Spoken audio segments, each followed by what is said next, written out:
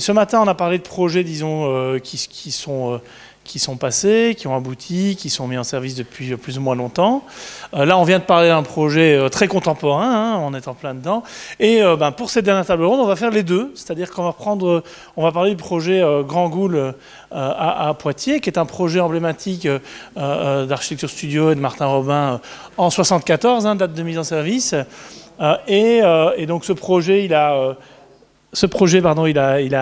une histoire, il a évolué, on va en parler, puis on a la chance donc d'avoir Martin Robin qui va nous expliquer un peu sa genèse, et puis on accueille aussi Kelly Bricart, qui est une habitante de cet ensemble de logements HLM, et Elisabeth Navo-Diop, qui est présidente d'Equidom, le bailleur social impliqué dans ce projet. Et donc, je disais, c'est un double projet. Il y a une histoire dans les années 70, et puis il y a un renouveau de ce projet, puisque notamment, on a beaucoup parlé de Benjamin. Donc, Benjamin est à la manœuvre avec Architecture Studio pour remettre en œuvre un processus participatif qui n'est pas tout à fait le même que celui des années 70.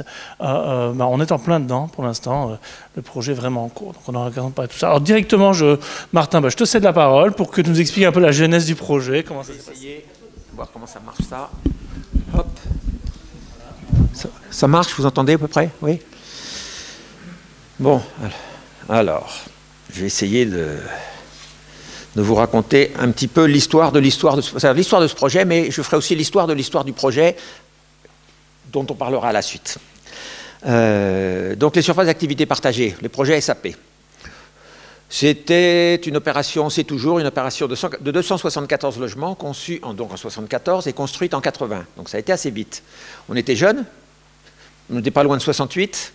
Le contexte en politique était encore et toujours guerrier. Il y avait la guerre du Vietnam, la prise du pouvoir par Pinochet juste à ce moment-là. Et d'ailleurs, on avait été mêlé à Archistudio parce qu'on avait accueilli dans notre agence rue Lacuée des militantes du MIR, qui est le mouvement de gauche révolutionnaire, qui se réunissaient chez nous. On ne sait pas bien pourquoi faire, mais ils étaient pour se former aux techniques de résistance armée.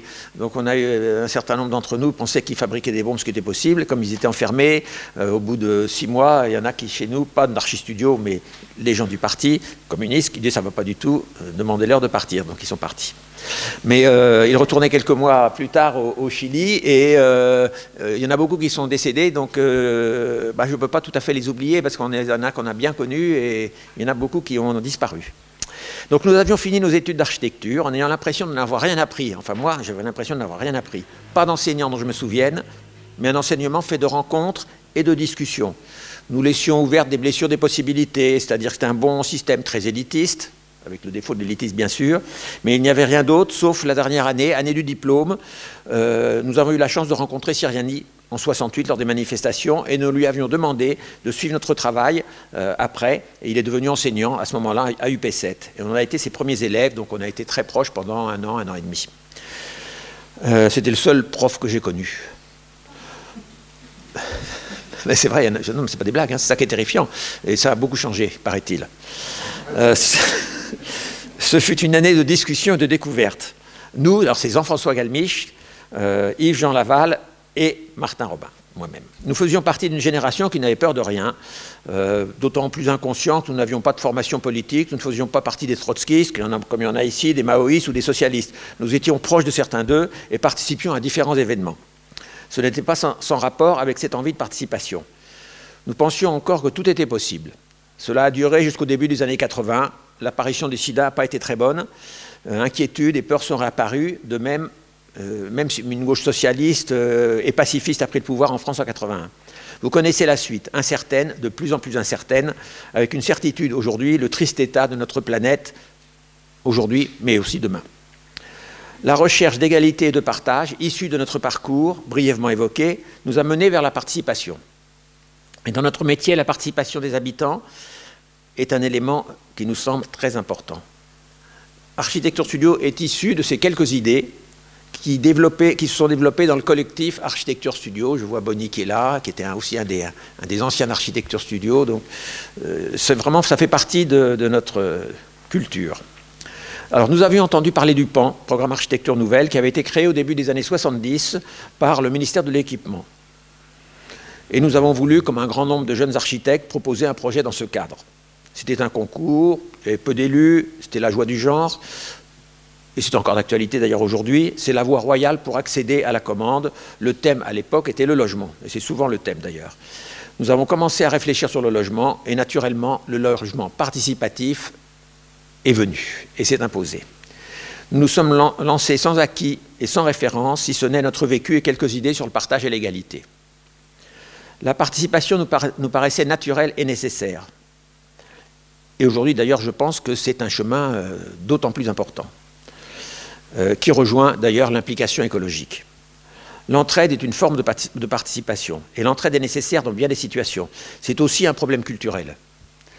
Enfin, nous avions envie d'avoir des interlocuteurs aussi pour comprendre et mieux répondre à une demande exprimée. Nous étions dans une démarche optimiste, joyeuse et empathique.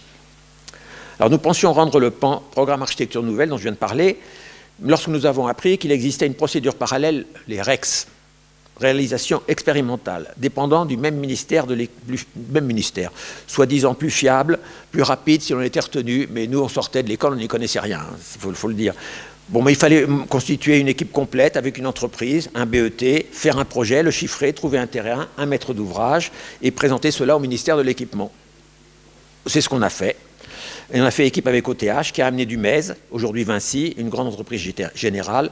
L'OPHLM de la ville de Poitiers a été intéressé grâce au projet présenté, mais aussi peut-être, et peut-être même surtout, à cause des financements privilégiés et la fiabilité de nos partenaires BET et entreprises. Il ne faut pas se leurrer.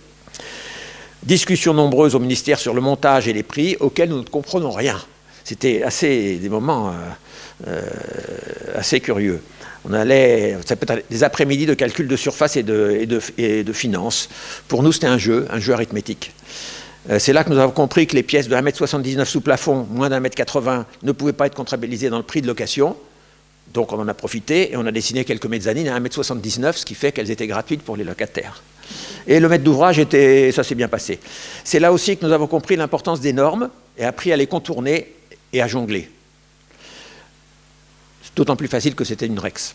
Ce genre de démarche était plus simple dans le cadre des REX. Je me souviens que j'arrivais en roller aux réunions du ministère et quand il fallait se lever, les participants me regardaient étonnés, mais pas fâchés. J'étais simplement un peu plus grand qu'eux et un peu plus fluide que les autres en me déplaçant. Nous sommes passés pour des artistes, ce qui était contraire à nos principes, mais bon, c'était quand même assez amusant. Cette procédure REX était intéressante et permettait des recherches, des expérimentations et une grande souplesse dans la conception. Elle était tombée dans les oubliettes, mais il semble qu'elle est en passe d'être remise d'actualité. C'est ce qu'on lit, il semble en tous les cas, bon, je ne sais pas si c'est tout à fait vrai. Alors la photo 1, voilà, la photo 1 c'est le site. Le site était assez difficile. Hein. Le terrain est situé dans une ZAC, zone d'aménagement concerté, la ZAC Beaulieu à Poitiers, prolongation de la ZUP de Poitiers, la ZUP plus près du centre, ZUP, zone à urbaniser en priorité, je crois que tout le monde a oublié les significations des initiales. Elle fonctionnait bien et d'ailleurs elle continue à bien fonctionner. Elle est entretenue, géométriquement raide, moderne, avec certaines architectures de qualité. Grands alignements de barres et de tours, de verdure et de voitures, suivant un tracé régulateur orthogonal implanté sur un plateau avec une vue imprenable sur Poitiers. On ne la voit pas, la ZUP, là. Là, ça, c'est la ZAC. Donc, ce n'est pas du tout le même état des lieux. La ZAC, c'est la prolongation de la ZUP qui voulait lutter contre l'anonymat de ces grandes barres. Elle est d'une conception anti-moderne, on pourrait peut-être même dire postmoderne, peut-être, pourquoi pas. Mais le résultat est une ZUP froissée, pliée, repliée, avec un enchaînement d'espaces résiduels qui n'entraîne absolument pas un lieu urbain. Lorsque nous sommes arrivés, elle n'était pas encore vraiment construite, mais déjà dessinée. Notre terrain, ben voilà, il est là, il y a quelqu'un qui a mis un point rouge, c'est parfait, bravo. Donc on s'est trouvé entre 4 voiries, que vous voyez là, il y avait un énorme supermarché au sud de la photo, qui existait, un autre supermarché à l'ouest, et quelques logements qui étaient en train de se construire, qui allaient arriver. Donc c'était un terrain très difficile, entre 4 rues, donc étant donné ce plan masse, nous avons décidé de faire une place constituée. Protéger du bruit, protéger des voitures, avec évidemment des entrées, des guichets et des espaces territoires dont on va parler. Notre projet s'appelait La Grand Goule, ce qui est un joli nom, car situé place de la Grand Goule, lieu ainsi nommé à l'époque. La Grand Goule, dragon bien connu à Poitiers, mais vous pouvez ne pas le connaître. C'est un espèce de dragon volant, mangeur de religieuses quand même, hein, du couvent Sainte-Croix fondé par Sainte Radegonde, Et la sainte l'a battu d'un signe de croix. Et curieusement, la Grand Goule, lors des rogations, il y a des grandes fêtes qui s'appellent les rogations à Poitiers, donc on sort la sainte et on se balade, et les enfants, il y a le dragon, et les enfants donnent des gâteaux au dragon, bien qu'il ait mangé des bonnes sœurs. Voilà. Nous avons été confrontés en arrivant à Beaulieu avec ce terrain, donc avec les 4 voies. Donc c'est un système où chacun est chez soi, quoi. C'est le système à la fois postmoderne, moderne, enfin, c'est une recherche de ville, mais n'empêche quand même chacun est chez soi, quoi. Il n'y a pas tellement de relations entre les uns et les autres. Donc on a choisi de faire cette place constituée, classique, protégée des nuisances, comme je l'ai dit, et ce projet avec quelques idées fondatrices qui sont résumées dans cette affiche qui a été envoyée aux habitants des HLM de Poitiers par le maître d'ouvrage, par le HLM. Donc une affiche qui définissait à peu près le principe, et le dessin, c'est le dessin d'un bâtiment coupé au milieu, donc ça montre les activités, et puis le terme c'est si on faisait quelque chose ensemble. Ça voulait dire venez donc, on se voit, on discute, on revient dans la logique, on faisait des pots, il y a même eu un méchoui, on se réunissait chez le maître d'ouvrage, on se réunissait sur le terrain avant qu'il y ait le chantier, c'était assez sympathique, c'était du temps où le ministère pouvait financer ce genre d'activité. Ça doit être assez rare aujourd'hui qu'un ministère puisse financer des pots et des choses comme ça. Ça passait par le maître d'ouvrage, hein, par le fils HLM bien sûr. Donc c'était extrêmement sympathique. Il y avait des groupes, beaucoup de groupes constitués, venaient bien sûr, les gens venaient seuls, mais il y avait pas mal de groupes. Il y avait un groupe de barbus à l'époque, la barbe était de gauche à l'époque. C'était des syndicalistes CGT qui ne rassuraient pas trop le maître d'ouvrage. Il y avait un groupe de chrétiens charismatiques, plus rassurants.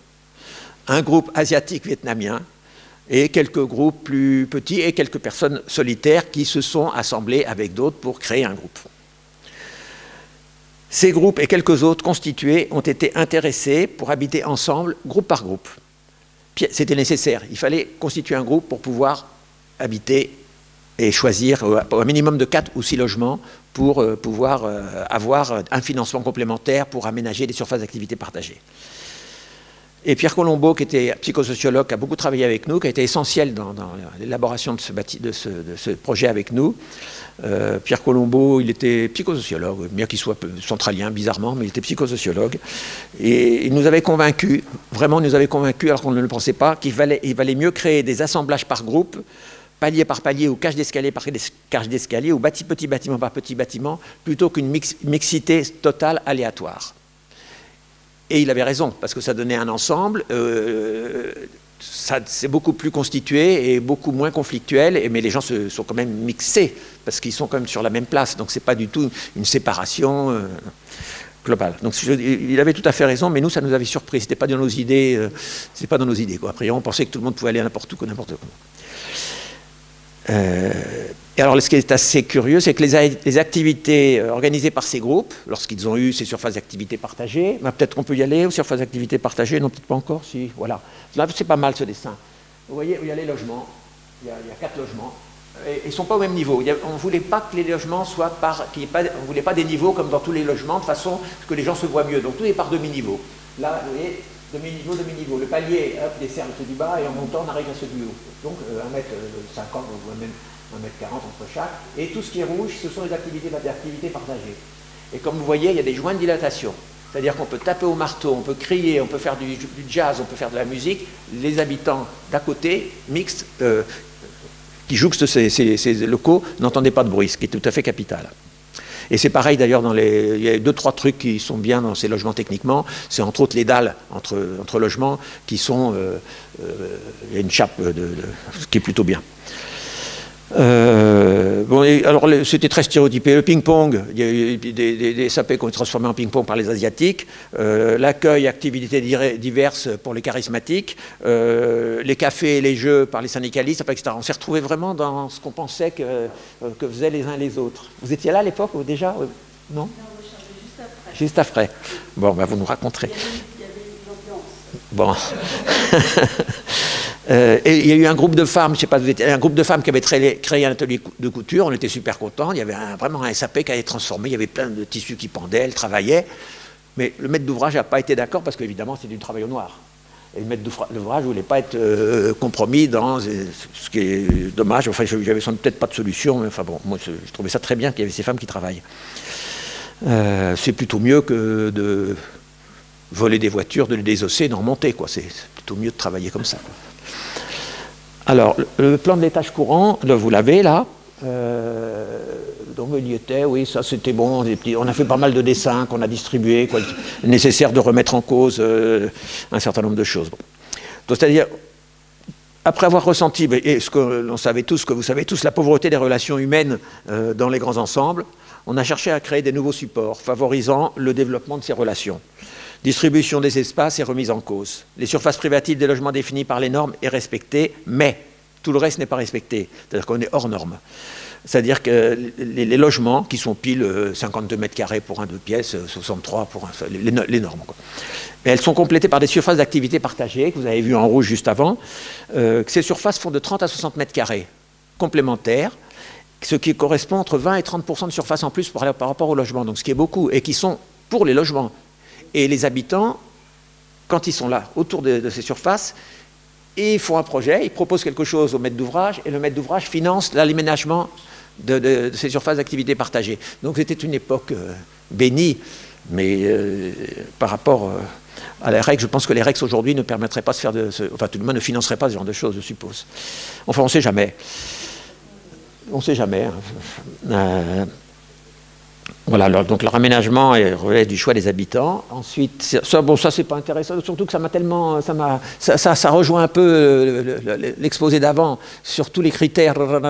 Ça m'a un peu donc supprimé les critères. Alors. Donc, il y a les territoires de groupe. Ce qu'on appelle territoire de groupe, ce que vous devinez ici, vous voyez les colonnes, etc.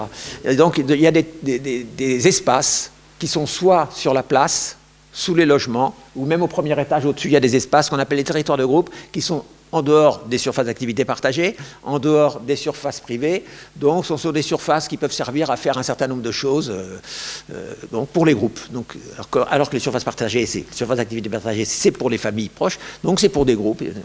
Et donc ça faisait pas mal de surfaces aussi. Donc voilà. Donc ces surfaces suscitent des rencontres entre individus et les groupes de l'ensemble des bâtiments, donc pour mélanger, et aussi ceux venus de l'extérieur. Aujourd'hui, on verra que ceux qui viennent de l'extérieur sont essentiellement des dealers et leurs acheteurs, ce qui pourrit la vie des habitants. Et ce qui entraîne des nuisances de bruit, de violence et d'inquiétude, ce qu'on connaît dans pas mal d'endroits, mais qui est un vrai problème grave, parce que c'est mortel pour une opération, pour ceux qui habitent. Donc on peut se poser la question, en tous les cas, de la légalisation de la vente de la drogue dans des lieux dédiés.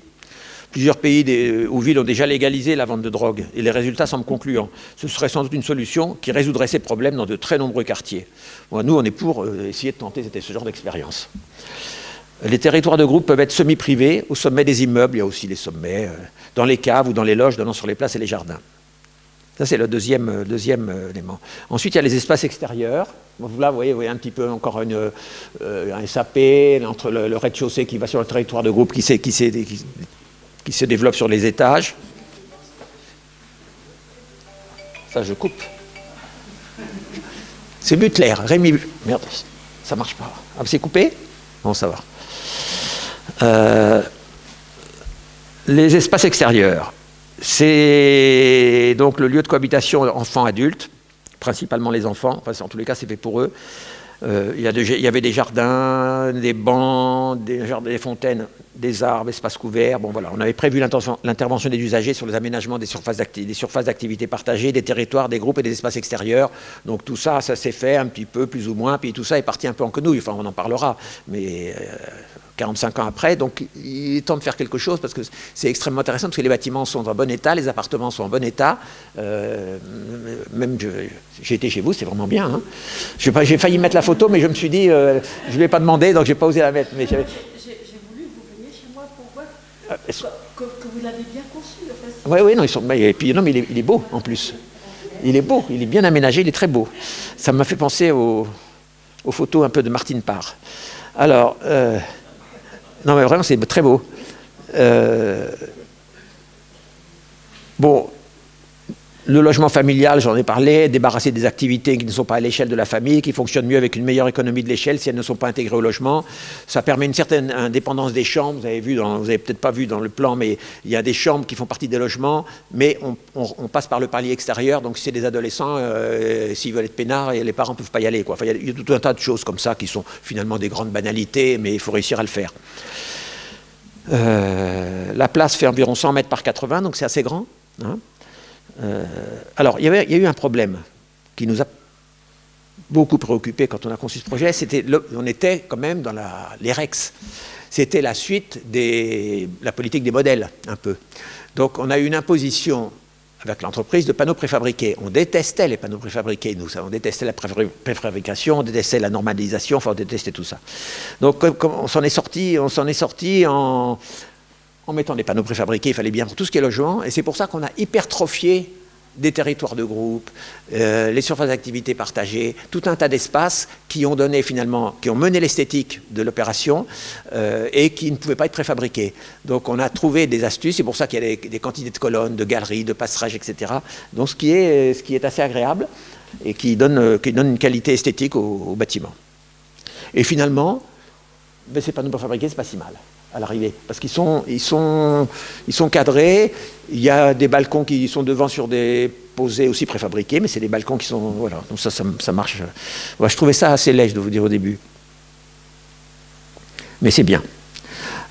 Pendant le temps de l'étude, nous avons participé à un mouvement complètement relié avec la participation, qui était le mouvement Mars 76, que certains d'entre vous doivent connaître ici, dont l'un des thèmes principaux était la participation des habitants à la création de leur cadre de vie. Mais c'était aussi un mouvement qui était extrêmement critique sur les plans d'occupation des sols, qui était incompréhensible et abstrait, qui était donc une sorte de manipulation de la population qui ne pouvait évidemment pas les comprendre.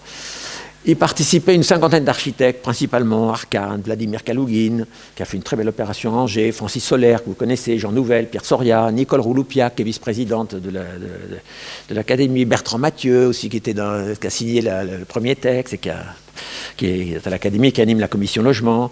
Puis ensuite, il y a eu Siriani, François Barré, etc. Et à la suite de ça, création du syndicat de l'architecture, en passant... Voilà. Mais avec l'arrivée de la gauche au pouvoir, mais tout ça a été relié en effet avec la participation, c'était vraiment le partage, la participation, l'attention aux autres, les discussions, c'était vraiment un moment tout à fait favorable. Mais avec l'arrivée de la gauche au pouvoir, le syndicat a perdu ses motivations, d'autant plus qu'un certain nombre de promesses n'ont pas été tenues. Et puis en plus, nous on a gagné le concours de Lima avec Nouvelle, Soria et les NS, et donc c'était un des grands projets du président, donc les membres du syndicat ont dit oh là là, s'il y a des membres qui gagnent un concours du président, c'est pas bon. Classique. Donc ça a joué un tout petit peu. Mais en même temps, en parallèle au Buisson Saint-Louis, dont vous avez entendu parler ce matin, qui est une opération extrêmement intéressante, moi, avec mon épouse qui est là, et des amis, nous avons réalisé l'aménagement de la machine à écrire dans la même logique que le Buisson Saint-Louis, à la même époque que le Buisson Saint-Louis, tout à fait en parallèle, avec là aussi environ 30% de la surface totale en activité partagée, en activité commune pour faire de la musique, des réunions, des fêtes, des expositions, les enfants, etc. Il y avait quelques personnages comme Thienot Grimbach, que vous connaissez peut-être, qui malheureusement est décédé, Gilles Buteau, Geneviève Brisac, etc. Un certain nombre de gens qui sont là ou qui ne sont plus là. Ça continue à bien fonctionner, nous avons vieilli, et certains ont été remplacés par de nouveaux habitants. Mais ce n'est pas du tout la même démarche que le Buisson Saint-Louis. C'est-à-dire que le résultat, c'est la même démarche, les principes, c'est la même démarche, mais la méthode n'est absolument pas la même. Au Buisson Saint-Louis, ils n'ont absolument pas voulu s'en mêler directement. C'est-à-dire l'architecte, le jury, c'est pas lui qui a fait des trucs. Ils se sont adressés à des gens extérieurs pour éviter d'avoir... être confronté à quelqu'un qui habitait, qui prenait des décisions qui auraient peut-être été trop... Voilà. C'était ça. Bon, et nous, c'est l'inverse. On était moins nombreux, c'était plus facile, mais il y avait un jury, il y avait Thienot Grimbach qui était un bon avocat qui a fait tous les éléments. Moi, j'étais architecte, avec l'architecture, on a fait les plans, mais on discutait pareil. Hein, et il y avait, etc. Geneviève Brisac a fait des trucs. Ça s'est fait très simplement. Beaucoup plus vite, sans aucun conflit. Donc, on n'a pas eu de crise. On n'a toujours pas eu d'ailleurs. Donc c'est pas mal de faire soi-même. C'est ça que je voulais dire.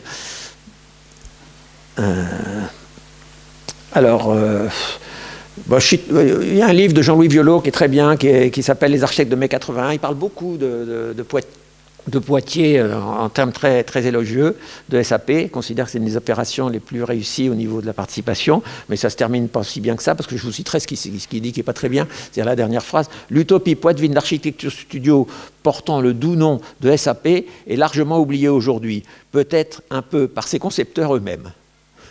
Bon.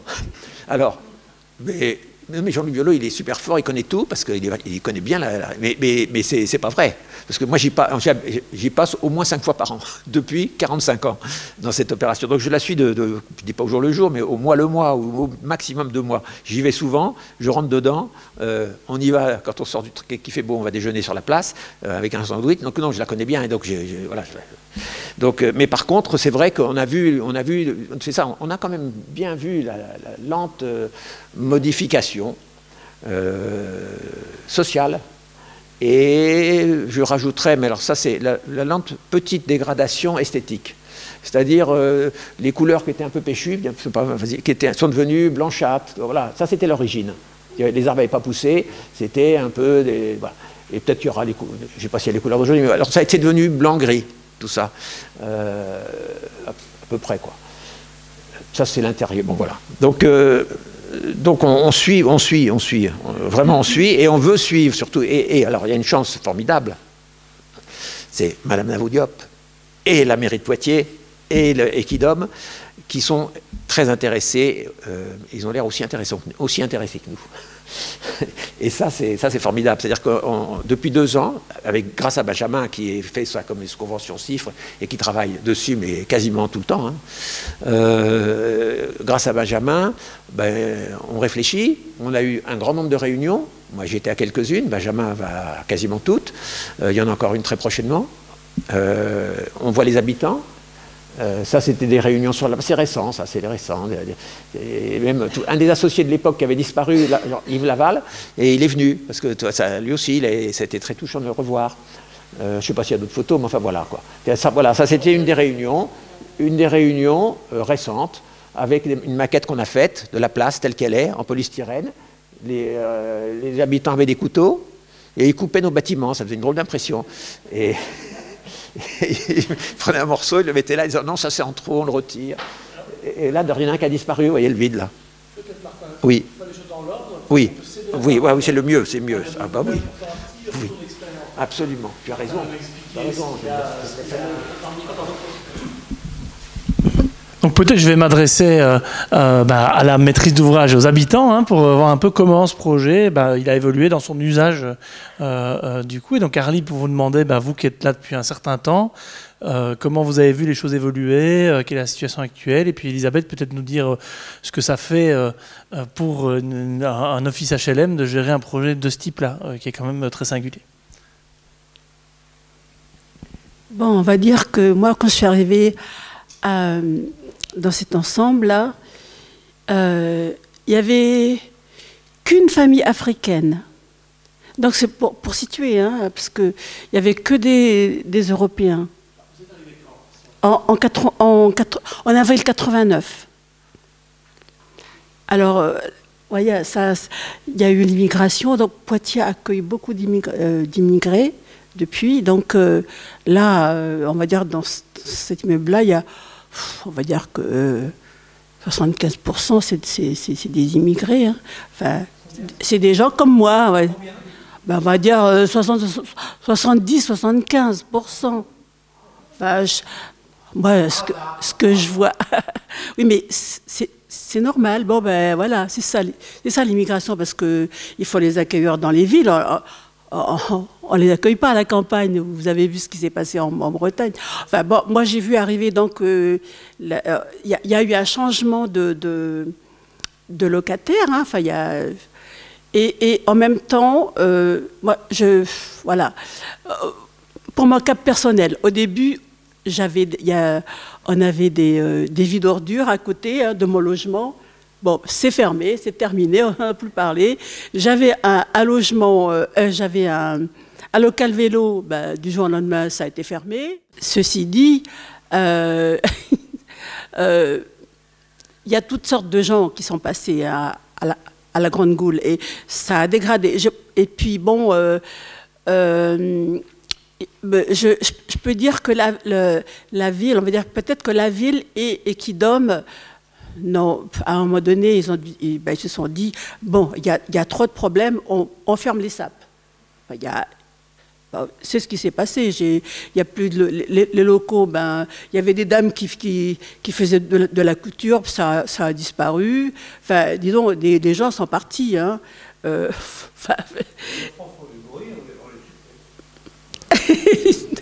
Non mais voilà, moi j'avais des enfants. Ben, ils se baladent. Hein. Mais bon. Petit à petit, les haies, moi je suis allée voir le maire, à un moment donné j'ai vu couper les haies, j'ai dit mais qu'est-ce qui se passe? Je suis allée voir monsieur le maire, c'était monsieur Centraux, je lui ai dit mais moi je suis venue ici parce qu'il y a ce cadre-là, qu'est-ce que vous faites? Alors le maire m'a dit, madame, on n'a pas assez de personnel pour tailler les haies, donc on les élimine. Bon, ça m'a fait bizarre, mais voilà, c'est la réponse du maire. Donc c'est un ensemble, hein, c'est pas, on ne va pas dire que c'est un contexte. Et puis, ils ont parlé au plus pressé. Il y a, voilà, budgétairement, il y avait plus les comptes. Hein. Et puis, bon, je vais m'arrêter là parce que.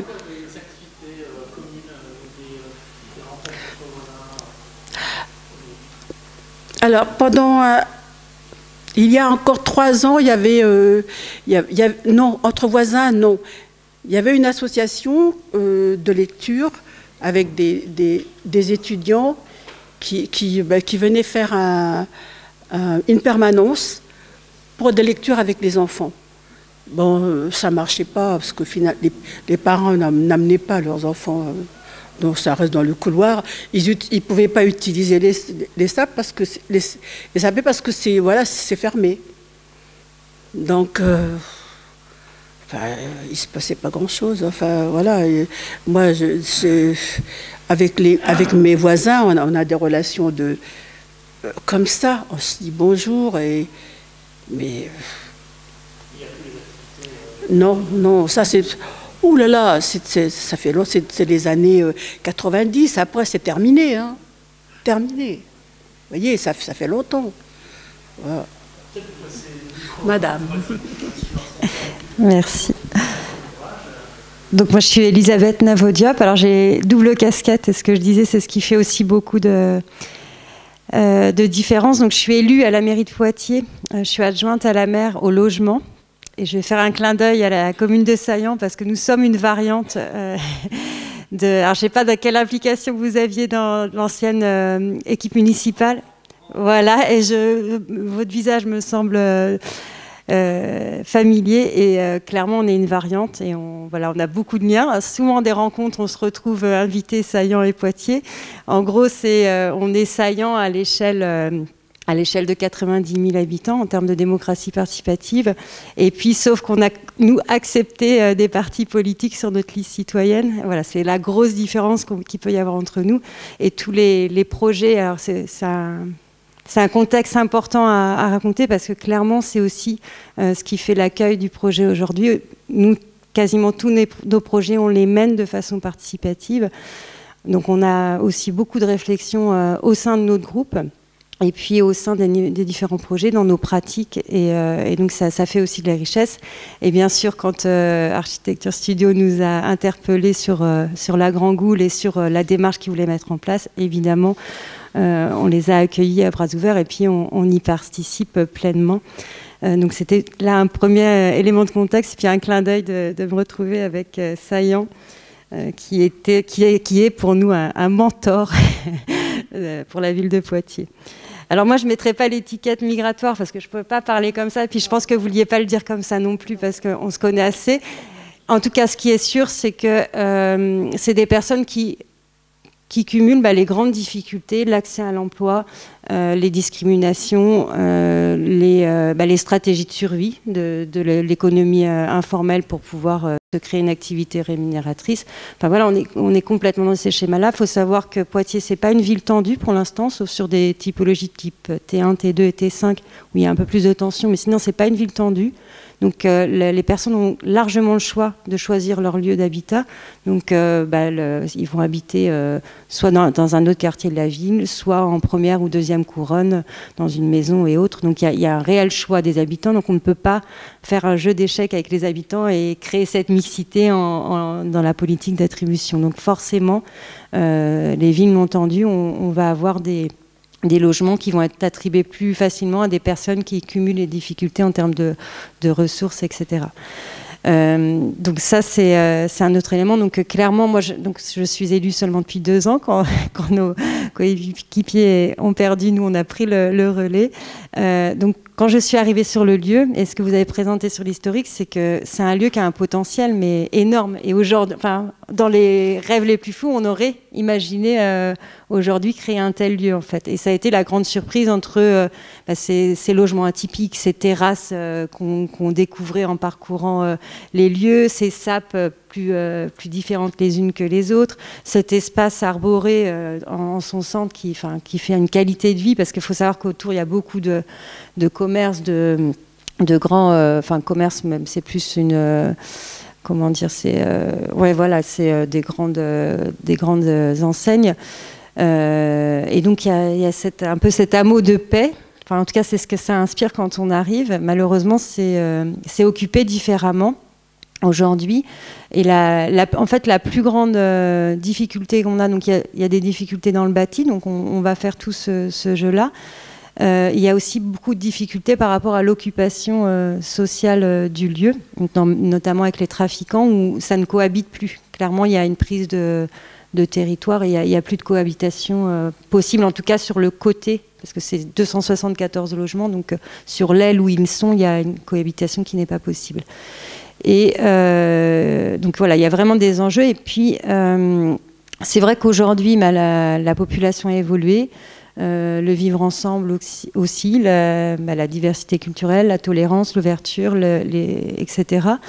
Et du coup, on se rend compte que sur beaucoup d'endroits de Poitiers, ces très grands ensembles de logements avec seulement des logements, ça n'arrive plus à vivre, en fait. Comme il y a très peu de liens entre les voisins, les habitants,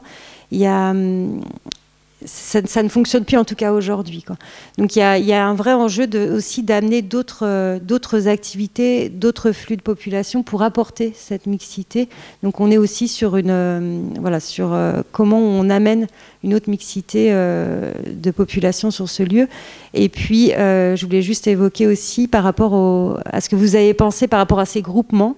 Et nous, c'est ce qui est ressorti aussi dans la concertation avec les habitants. C'est les seniors ont besoin de calme, les familles ont besoin de plus d'espace. Chacun a des besoins plus particuliers. Et c'est vrai qu'on est aussi dans la réflexion de plus mettre par point commun, mais en ayant cette place et ces quelques sapes comme lieu de rencontre et de convergence, en fait. C'est vrai qu'on est aussi dans cette réflexion-là. Et après, alors c'est atypique de mener un tel projet. Après, pour Poitiers Collectif, une liste démocratie participative, pour nous, c'est pas atypique, c'est comme ça qu'on veut mener tous nos projets. En tout cas, c'est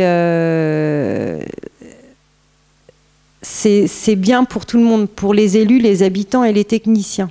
Et même les architectes et les techniciens entre eux, parce que ça permet d'ouvrir et de croiser les regards, et ça permet à chacun de cheminer et d'avancer et d'entendre les contraintes des uns et des autres. Et c'est ça qui est vraiment intéressant dans cette démarche participative, et c'est à quoi on croit beaucoup au niveau politique. Donc c'est comme ça aussi qu'on a de nouvelles idées et qu'on peut avancer, parce que donc là on est dans un projet de réhabilitation et pas de production, donc ça rajoute aussi on part d'un passé, on part d'un existant, et vu la complexité du projet actuel, de l'occupation sociale, de l'évolution du bâti, etc., des enjeux énergétiques, on a besoin de ces forces vives, à la fois des experts d'usage et des techniciens, et puis des élus qui ont la vision plus globale, j'ai envie de dire, de la ville, pour pouvoir trouver une réponse, des réponses demain, sachant qu'on est dans l'expérimentation, on n'est même pas sûr que ça va fonctionner, bien sûr, mais en tout cas, on va essayer jusqu'au bout de trouver des solutions. Alors, donc comme vous venez de l'introduire, peut-être qu'on peut parler un peu du projet participatif qui est en cours. Hein, on l'a évoqué à plusieurs reprises, mais peut-être Martin, tu veux nous dire un peu ce qui est à l'œuvre, la philosophie de cette participation, les étapes qui sont mises en œuvre, notamment par Benjamin. Je vais passer la main à Benjamin qui va nous parler de ça parfaitement bien. Parce que, enfin, tous les cas, je trouve génial votre discours parce que vraiment, ça montre que peut-être c'est possible. Merci Martin. Oui, donc on a été voir Equidom 2 ans maintenant, qui nous a accueillis à bras ouverts. On leur remercie beaucoup. Et on a un projet un peu particulier parce qu'on fait une recherche projet. Moi je mène une thèse, donc la thèse nourrit le projet, et ce projet va nourrir la thèse. Donc on est dans une démarche très particulière. Ce que je veux dire par là, c'est que cette recherche, elle va nous permettre de faire des choses que nous, Architecture Studio, on n'a pas du tout l'habitude de faire, ou qu'on n'aurait pas fait dans le cadre d'une mission classique, en tout cas, et d'expérimenter des choses. On a aussi beaucoup de chance, on dit beaucoup sur ce projet que toutes les planètes sont alignées, puisqu'on a une maîtrise d'ouvrage donc sur une ligne participative qui a dans sa grammaire ces démarches inhabituelles qu'on propose. Et pour ce projet de rénovation, on a proposé 4 grandes étapes. Une première étape générale qu'on va appeler, pour parler très rapidement, briser la glace. Avant même de parler de projet, avant même de parler du futur, on va déjà parler du passé, on va parler d'histoire du lieu, et c'est ce qu'on voit ici. Et on a commencé très prosaïquement par aller sonner à la porte de tous les gens, en disant bonjour, je suis monsieur Benjamin, on va faire une réunion, on va faire une rénovation participative, est-ce que vous voulez participer? Est-ce que vous avez des photos à nous donner qu'on va pouvoir exposer? Est-ce que vous avez des témoignages à nous dire dont on pourra parler? Et tout ce matériel qu'on a engrangé, on en a fait ensuite une exposition. C'est ce que vous voyez là. Et donc là, sur la droite, c'est aussi des photos qu'on a pris des gens quand ils ont accepté qu'on les prenne en photo. Et on a aussi, donc ce que vous voyez à gauche, c'est une grande affiche de l'époque, de 78, que nous a très bien présenté Martin juste avant, où on va, par ce grand affichage sur les murs, essayer de proposer une image contre-hégémonique du lieu. Aujourd'hui, la Grand Goul est un lieu relativement mal vu de certains des Poids-de-Vin. Quand bien même, pour n'importe quel architecte, c'est un projet qui a énormément de qualité architecturale et urbaine. Et donc le pari, c'est en faisant émerger son histoire et l'histoire de ses habitants, de proposer une nouvelle image, une image positive.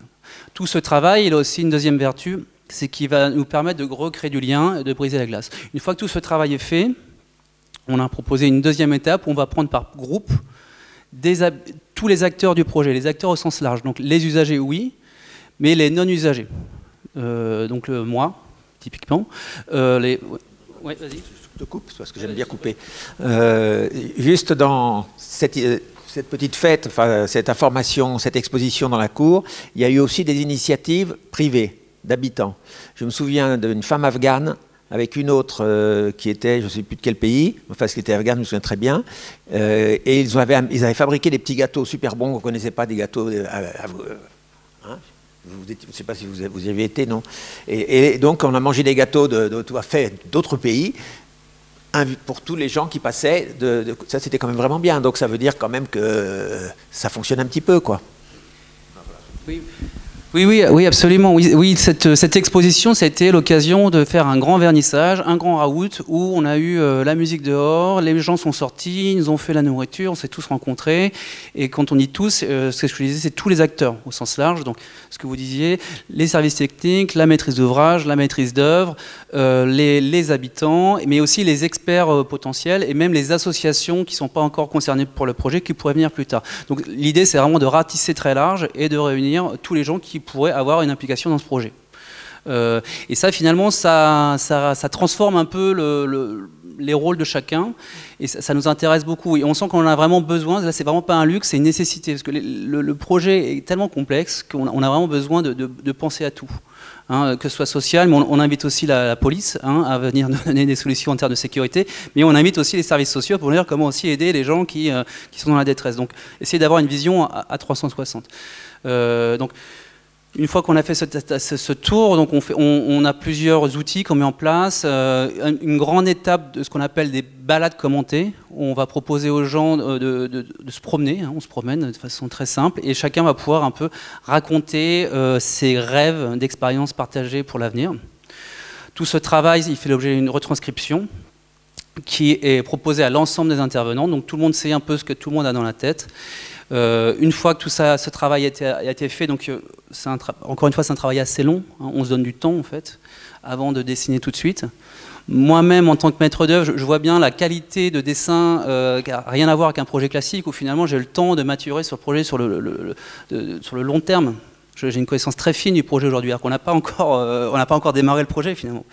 Et donc ça, finalement, prendre le temps long, c'est aussi un luxe qu'on a dans ce projet, même si je sais que pour certains habitants, c'est un peu trop long, d'ailleurs, ce sujet-là. Et oui, ils ont raison. Une des originalités aussi de notre démarche, on a dit de co-conception, c'est qu'on ne va pas simplement récolter les usages des habitants, mais on va essayer de faire le pari de les associer à la conception, c'est-à-dire qu'ils deviennent architectes du projet.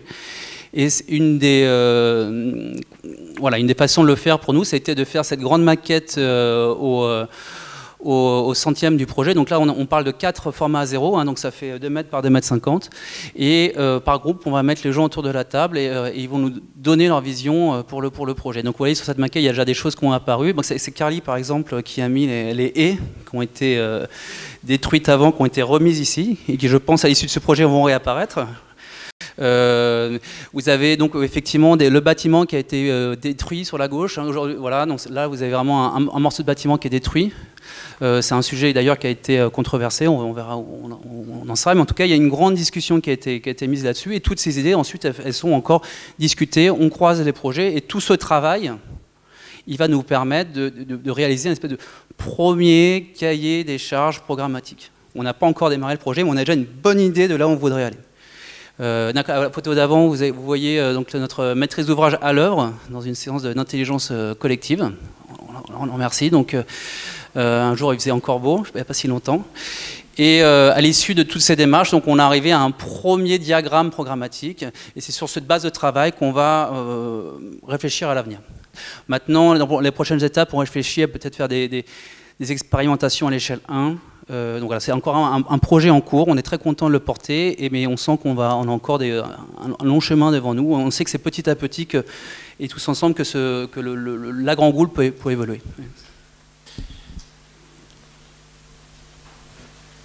Juste pour compléter, parce que du coup, la méthodologie, on l'a aussi affinée collectivement. Et c'est vrai qu'on s'est posé la question par rapport au groupe, et on a décidé de dissocier les groupes, faire groupe famille salariés, groupe senior, groupe acteurs du territoire associatif, parce qu'on s'est dit, si on fait une marche et puis que le jeune interpelle le senior, mais non, moi je veux pas de ça, ça fait du bruit, ils allaient se censurer entre eux. Donc on s'est dit au départ, dans les groupes d'ateliers, on va les dissocier pour qu'ils aient aucune censure par rapport à leurs idées par d'autres conflits d'intérêts, on va dire. Et c'est au moment donc ça, et au moment de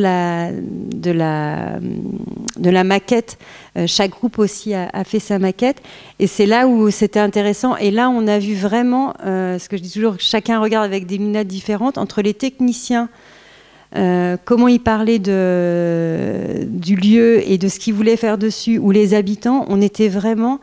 Mais c'était à nous faire tourner les chèvres, tellement c'était opposé et contradictoire certains points de vue, même la perception même du lieu et de la dangerosité ou pas du lieu, etc. Donc c'était vraiment intéressant. Et puis là aussi, ça rejoint le premier projet dans le côté itératif.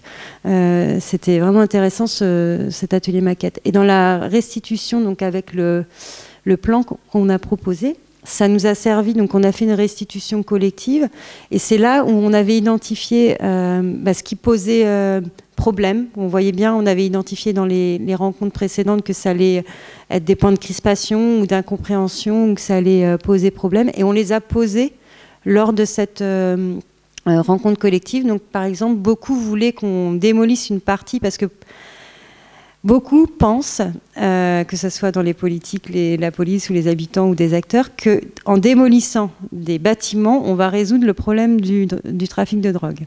Donc ça, voilà. Je ne sais pas où ils ont vu que c'était possible, mais bon, en tout cas, beaucoup croient en cette baguette magique, en cet idéal. Et donc ça, par exemple, on l'a posé lors de la réunion collective. Les pour et contre, et ça a été validé par la suite. Ça a été vraiment compris. En fait, c'était ça aussi dans cette restitution collective, de poser les choses, de voir les incompréhensions, pourquoi on n'était pas d'accord, et finalement, en ayant levé toutes ces incompréhensions et ces différentes perspectives, on est tombé d'accord sur ce qui a été proposé.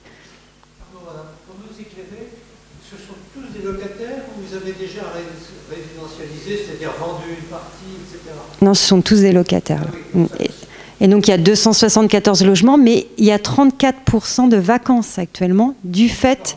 Non, mais pour le.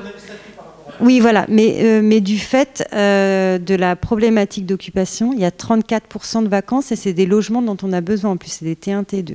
Donc ça, c'est aussi une réalité qui est difficile à. Quel est l'état actuel des locaux partagés est-ce qu'ils sont encore utilisés? Vas-y, remonte-les. Ou est-ce qu'ils sont comme Voilà.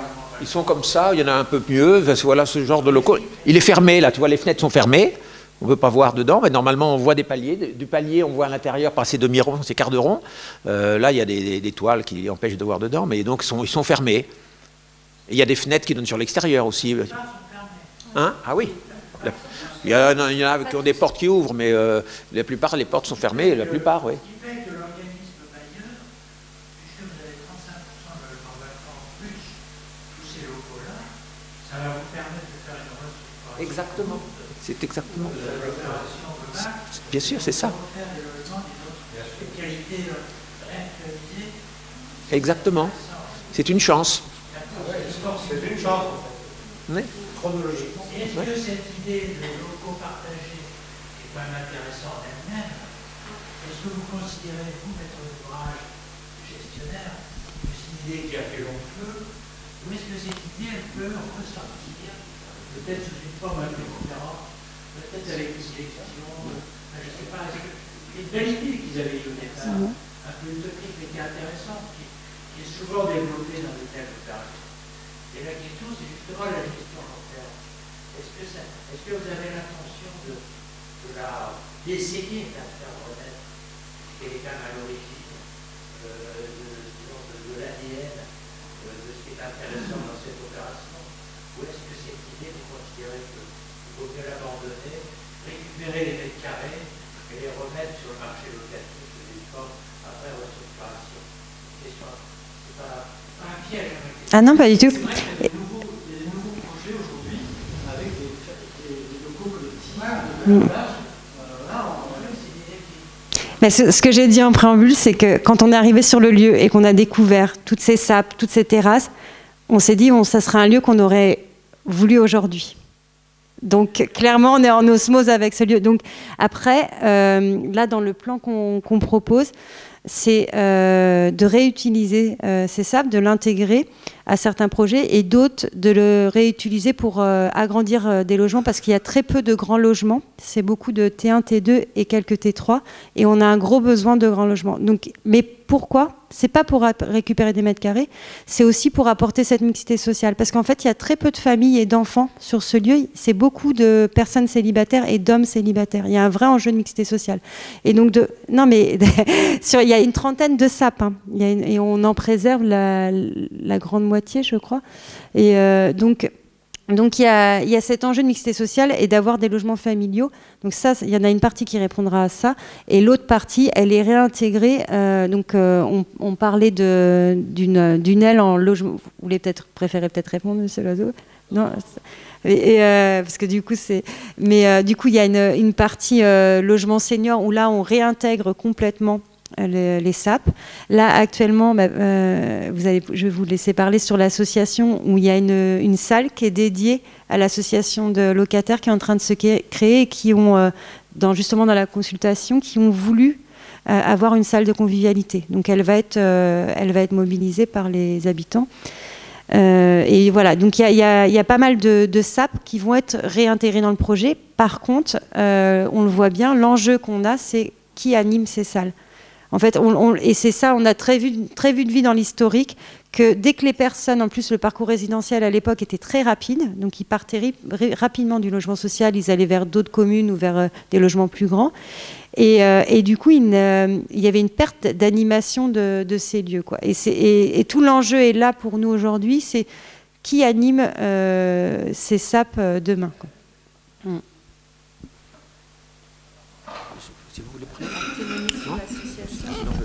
Alors,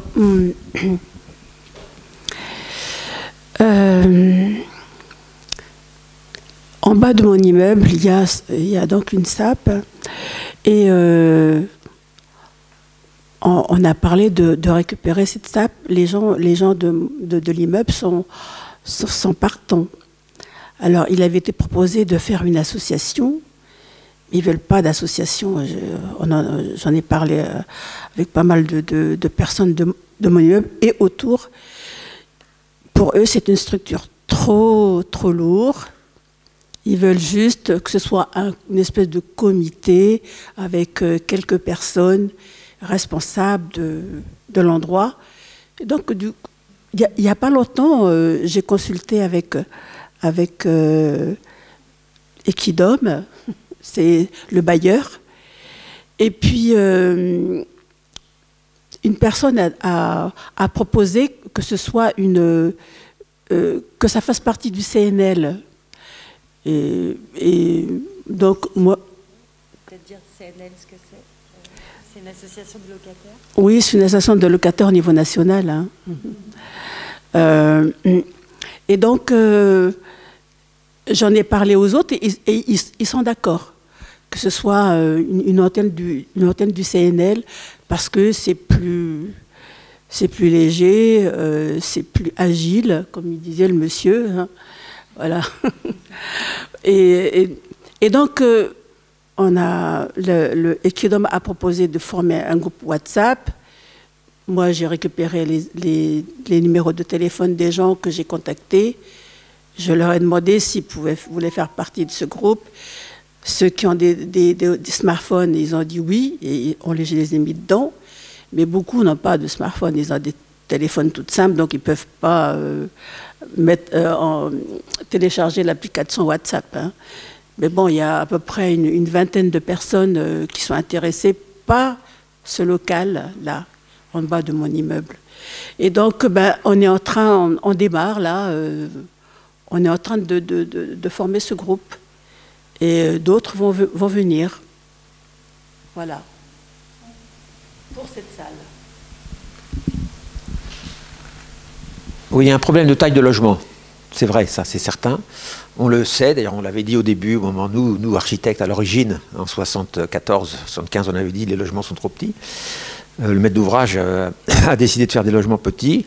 Il y avait l'université qui était à côté. Il nous semblait que les étudiants n'étaient pas un bon moyen de faire vivre bien vivre en tous les cas. Il ne faut pas qu'il y ait que des étudiants, pas trop d'étudiants, donc pas trop de studios. Enfin, il y a beaucoup de studios, 2 pièces et quelques 3 pièces. Et c'est vrai que les logements sont trop petits. Alors ensuite, il y a plusieurs solutions pour les agrandir. On peut jumeler des logements aussi, hein, on n'est pas obligé. Donc on peut, facilement, il y en a où c'est facile, il y en a où c'est difficile, mais enfin on peut jumeler et agrandir des logements. Je crois qu'il faut en effet, il faut le faire, c'est une bonne solution. Et les SAP, faut voir comment ça va revivre avec les gens qui vont arriver, parce que comme il y a à peu près pas loin de 40% de logements vides, ils vont se remplir selon une procédure que vous allez mettre au point, je ne sais pas laquelle, mais sûrement une procédure, et donc ça va être assez intéressant en fonction des gens qui vont venir, et il pourra se passer des choses quand même.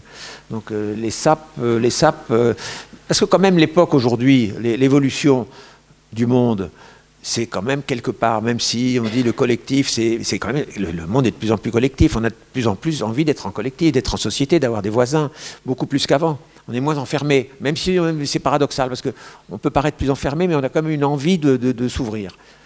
Et donc, je pense que les SAP, ces espaces qu'on appelle SAP, peuvent avoir des activités qui pourraient fonctionner très bien si elles sont... Parce qu'aujourd'hui, c'est très ouvert, et c'est vrai qu'avoir des femmes qui fassent de la couture et qui vendent... Je ne vois pas pourquoi ça serait... Il faudrait peut-être trouver une solution. Hein? Ouais. Hein? Oui, ou les hommes, oui, bien sûr. Mais enfin, vous avez raison, vous avez raison. Donc, alors les hommes qui font de la couture, mais c'est très...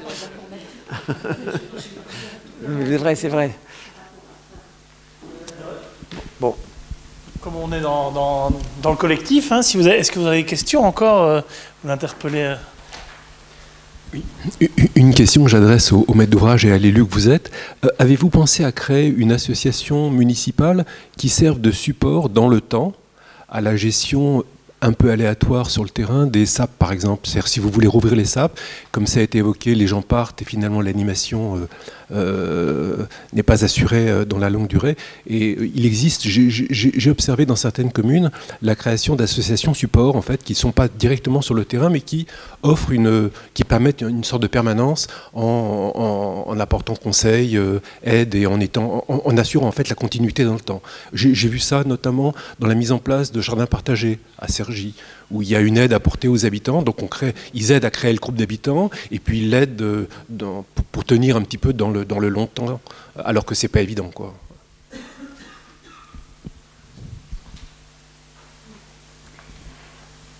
Alors nous, ce qu'on a, c'est vrai que, alors c'est ce que je voulais dire. Donc ce projet est très, faut être agile, clairement. Là, on est encore en plein dedans. C'est l'agilité, c'est du vivant, c'est vraiment, c'est du bâti, mais c'est énormément de vivant. Et donc, il évolue tout le temps, le projet. Donc, c'est à la fois ce qu'on a planifié, on va dire notre idéal, et il y a beaucoup, donc notre prise d'initiative, mais il y a aussi beaucoup d'effets d'opportunisme. Dans le sens où, là, par exemple, avant-hier, j'étais en audience avec une association qui veut s'installer sur ce quartier et qui accompagne les seniors isolés, notamment dans les logements sociaux, et qui veut être sur ce quartier. Et on leur a parlé de ce projet. Et nous, en même temps, on veut avoir une aile senior. Donc là encore, on se dit, c'est parfait, c'est un porteur. Il est dans la durée. En plus, c'est un porteur qui a fait ses preuves. Donc on est aussi sur les effets d'opportunité par rapport aux porteurs. Des porteurs de projets, c'est ce que j'expliquais, il n'y en a pas tant que ça. Mais quand on les rencontre, on les bichonne, clairement, donc, parce qu'on sait que c'est... Voilà, on évalue très bien l'engagement qu'ils ont et l'apport qu'ils peuvent avoir. Et typiquement, sur ce type de projet, pour qu'il fonctionne dans la durée, si on a des porteurs qui sont là, ça change tout en termes d'organisation, de pérennité du projet. Donc on est plus sur cette posture-là pour l'instant de faire de la dentelle, parce qu'il y a aussi l'initiative des locataires qu'on accompagne, qu'on facilite, mais on essaie au maximum d'être plus dans une posture de facilité que de diriger. Donc on est vraiment plus comme facilitateur. Et puis après, il y a ces différents porteurs de projets. Là, la semaine prochaine, j'ai un rendez-vous avec une association. Alors, Monsieur Loiseau n'est pas encore au courant de ce qu'on doit se voir. Donc, il va être au courant en même temps que tout le monde. Une association d'étudiants étrangers et qui veulent travailler justement sur l'entraide étudiant puis l'intergénérationnel. Donc, vous voyez, c'est aussi l'effet d'opportunité qu'on va avoir comme ça, où on va avoir des porteurs de projets qui vont pouvoir, et pour qui, évidemment, les SAP sont des lieux parfaits.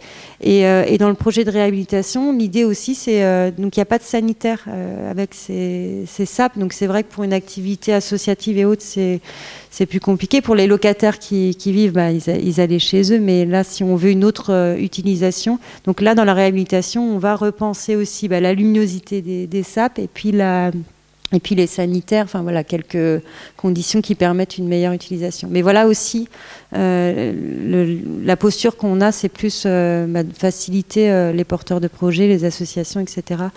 Et de conserver ces SAP qui sont des mètres carrés précieux pour les porteurs de projets. Vous n'avez pas de problème avec les logements des rez-de-chaussée? Non. Pour les louer? Non. Alors, Ça dépend des endroits parce que le terrain n'est pas tout à fait plat. Donc il y a des rez-de-chaussée qui sont un petit peu enterrés, là il y a des problèmes, il y a des rez-de-chaussée qui ne sont pas enterrés, là il n'y a pas de problème. Ouais. Sinon, on peut revenir sur le plan qu'on propose. Et je vais me lever, comme moi aussi je pensais que vous alliez nous proposer une chorégraphie tout à l'heure. Mais du coup, c'est la complexité du projet. Donc on a là on va vraiment essayer d'actionner sur tous les leviers. Donc on va dans les logements jaunes, c'est les logements familiaux où on va retravailler les typologies pour apporter une autre mixité des familles, des enfants qui prennent l'espace parce qu'il y a des jeux d'enfants sur la place centrale. Donc on va retravailler les typologies sur les logements jaunes. On va sur les logements roses, créer un peu comme une résidence senior, mais qui sont des logements adaptés pour les seniors, donc qui sont ouverts à tout public, avec un espace de jardin plus privatif, donc devant. Et là, on est du coup avec une association qui serait gestionnaire pour animer les SAP liés à cette résidence senior. Et le bleu, turquoise, là on serait sur des locaux associatifs et on va dire d'entreprises, de coopératives, peu importe le statut, qui apportent un service ou une activité économique aux habitants du quartier. Pour un peu casser, parce qu'en fait on se rend compte qu'il y a trop de logements, il y a trop de densité et il y a très peu de personnes extérieures qui viennent sur le site. Donc voilà en tout cas pour l'idéal. On veut regagner en attractivité sur les logements avec des terrasses, des balcons, des ascenseurs. Il n'y a pas d'ascenseurs parce que c'est les fameux 4 étages sans ascenseur. Retravailler les façades. Et là, vous avez un énorme parking de 400 places. C'est à 3 niveaux. Il y a 2 ou 3 niveaux, je ne sais même plus. Mais oui, donc ça doit être 3 mini, ou plus la terrasse, voilà. Et en fait, on est en train de travailler sur réhabiliter ce garage pour des activités, donc soit des activités économiques, soit des activités d'insertion par activité économique. Alors on va prendre les 2 dernières questions, ça va, parce que après on va clôturer la journée. Je pense qu'il y a un pot, c'est ça on va pas s'assoiffer. Oui, je m'adresse à Madame la Présidente et bien sûr l'adjointe au maire. Sans vouloir être donneur de leçons, surtout sur un sujet que je découvre avec vous, enfin bon, etc., je me rends compte quand même qu'il y a une chose qui est souvent oubliée, qui a été oubliée par M. Borloo le premier, la loi Borloo ensuite, par Lanru enfin, c'est de savoir si le périmètre pertinent de la participation des habitants est celui de l'opération ou si c'est celui beaucoup plus large alors je ne vais pas employer des mots galvaudés, quartier ou autres, etc. Mais à mon avis, pour ces sujets-là, il faut élargir. Alors bien sûr, vous avez le statut particulier de ceux dont vous avez la responsabilité, vous avez la responsabilité de la nature des logements, etc. Mais en tant qu'élu, vous avez la responsabilité plus large. Moi, vraiment, mon conseil, dans ces cas-là, il faut regarder beaucoup plus large. Et à Vénissieux, ils ont réussi ça. Voilà. Il y a longtemps. Du coup, je vais répondre. Clairement, on a plusieurs sites problématiques sur la ville de Poitiers. On a différents projets d'aménagement urbain. Un énorme pour Equidom de 75 millions d'euros aux Couronneries avec l'ANRU. Donc c'est en total 150 millions d'euros d'investissement. Donc là, on va être sur le quartier. Et on va... Voilà, et on va donc en termes d'implication, en termes d'infrastructure, donc là il y a vraiment, c'est tout pensé sur le quartier. Là sur Beaulieu, donc le quartier entier s'appelle Beaulieu, on est plus dans la rénovation, on va dire avec les moyens du bord. Clairement, on est plus dans une rénovation résiliente, on va appeler ça comme ça, où on n'a pas les moyens financiers de faire un grand projet, mais je pense que ça va quand même être un grand projet. Mais on veut y aller parce qu'il y a une urgence d'y aller. Si on n'y va pas, ça sera trop tard. Donc on est aussi en tant qu'élu à un moment, oui, il n'y a pas de financement étatique pour nous aider sur ce coup-là. Bon, ils vont quand même nous aider sur quelque chose, mais si on n'y va pas, c'est pas possible non plus, quoi. Donc du coup, c'est vrai, et je vous rejoins, on y va avec plus les moyens du bord que de grands moyens. Par contre, le quartier est complètement différent sur Beaulieu. La partie quartier prioritaire, en fait, c'est deux facettes, ce quartier. Il y a un quartier très grande résidence, il y a 2 grandes résidences, donc 274 logements pour la Grand Goule et puis Modèle Éloie 500 logements, avec là dont je parlais tout à l'heure, où il y avait un autre problème de trafic, parce que c'est aussi autour d'une place. Et puis, tout le reste de Beaulieu fonctionne. C'est un quartier résidentiel avec des logements individuels, des logements sociaux notamment, d'autres logements collectifs, mais beaucoup plus espacés, beaucoup moins denses. Et du coup, en fait, c'est... alors du coup, j'arrive plus à me repérer. Oui. Oui, voilà. Ouais. Donc vous avez la Grand Goule là et puis Templier ici. Et vous voyez tout le reste du quartier, c'est beaucoup de logements individuels et puis quelques collectifs, mais beaucoup moins denses, parsemés. Donc le reste du quartier, j'ai envie de dire, est bien aménagé, quoi. C'est vraiment plus cette partie-là qui a déstructuré un peu. Donc,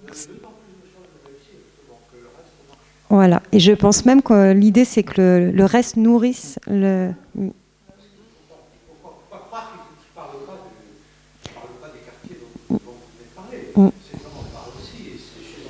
Bien sûr, ouais. Non, bah oui, non, j'imagine. Bon, je prends la dernière question.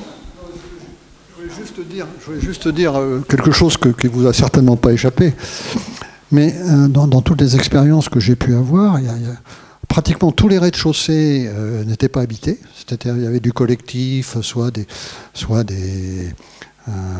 plus ou moins des commerces ou des centres médicaux, des choses comme ça, des dentistes, etc. Et puis il y a une autre chose qui m'avait interpellé, c'est que, et là, chaque habitant, aujourd'hui, on prévoit 2 emplacements pour les vélos. C'est 2 emplacements pour les vélos. Hein, pas 1, mais 2.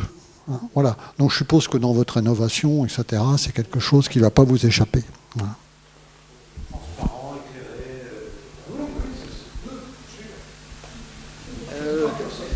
Oui, on va anticiper ça. Alors aujourd'hui, il y a peu de cyclistes sur la Grand Goule, mais c'est des demandes qui viennent, mais plutôt des intervenants extérieurs, des usagers extérieurs. Donc aujourd'hui, les locales vélos, les gens ne gardent pas leur vélo parce qu'ils ont peur de se les faire voler, tout simplement. En revanche, ce qui est dans les tuyaux, c'est on est à la recherche de ça, c'est de trouver des porteurs de projets, de garages associatifs. Alors on a une piste pour un garage associatif voiture. Parce que très concrètement, là c'est un cas d'école typique, c'est qu'on a du garage sauvage sur le site. Donc on a quelqu'un qui dépanne tous les gens du quartier avec un billet la main à la main pour réparer la voiture. Quelqu'un de charmant, au demeurant. Et donc l'idée, c'est de pouvoir l'intégrer dans une structure associative qui fasse en sorte qu'on puisse nettoyer son statut administratif et qui paye aussi qui puisse payer un peu d'impôts à l'occasion. Et pour répondre à ta première question, les logements rez-de-chaussée, j'ai entendu qu'il n'y en avait qu'un seul qui n'était pas occupé. Ils sont tous occupés. 2. Alors il y en a 2. En tout cas, sur les vélos, aujourd'hui, oui, on va faire en sorte que les gens arrêtent de se faire piquer leur vélo, déjà. Et puis, de créer cette nouvelle dynamique. Mais on part de... Tout est à créer encore pour moi. Le vélo de Poitiers, c'est quand même... je sais pas quelle est la dénivellation entre la ZUP et le centre de Poitiers. Il y a 100 mètres, non? Oui, enfin quand même, mais il faut descendre. Hein. Et voilà, donc on va conclure maintenant. Je vous remercie beaucoup d'être venu. Je remercie. Voilà. Merci.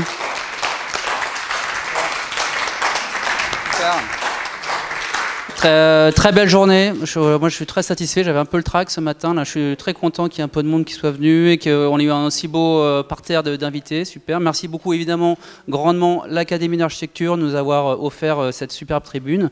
Merci beaucoup à Architecture Studio, dont je fais partie, d'avoir très fortement porté ce projet depuis le début. René-Henri Arnaud en particulier, Martin Robin, évidemment. Merci eCube. Jean-François Beaune, évidemment. Merci au sein de l'Académie d'Architecture, merci Claude Grandpré d'avoir porté ce projet pendant 2 ans maintenant, d'avoir tenu bon dans les aléas de sa tenue. Merci Bertrand Mathieu, merci Pablo Katz. eCube, évidemment, qui... donc, une des originalités aujourd'hui pour nous architectes, c'est de faire cette rencontre entre les ergonomistes et puis les écoles d'ingénieurs qu'on trouve à eCube, avec l'Institut Polytechnique et les architectes. Donc ça, c'est aussi une des nouveautés, je pense. C'est bien qu'on se discute ensemble, qu'on se voit et qu'on croise nos points de vue qui peuvent être différents. Merci à l'école d'architecture de Paris-la-Villette, mon laboratoire actuel, le MacMap, avec eCube, qui, pareil, soutient très fortement cette démarche. Et évidemment, merci à la chaire EFE et à mes 2 directeurs, donc Stéphane Saffin ici présent et Antonella Tufano que vous avez vu ce matin. Je vous propose maintenant de nous retrouver autour d'un moment de convivialité pour discuter de tout ça dans la pièce d'à côté. Merci.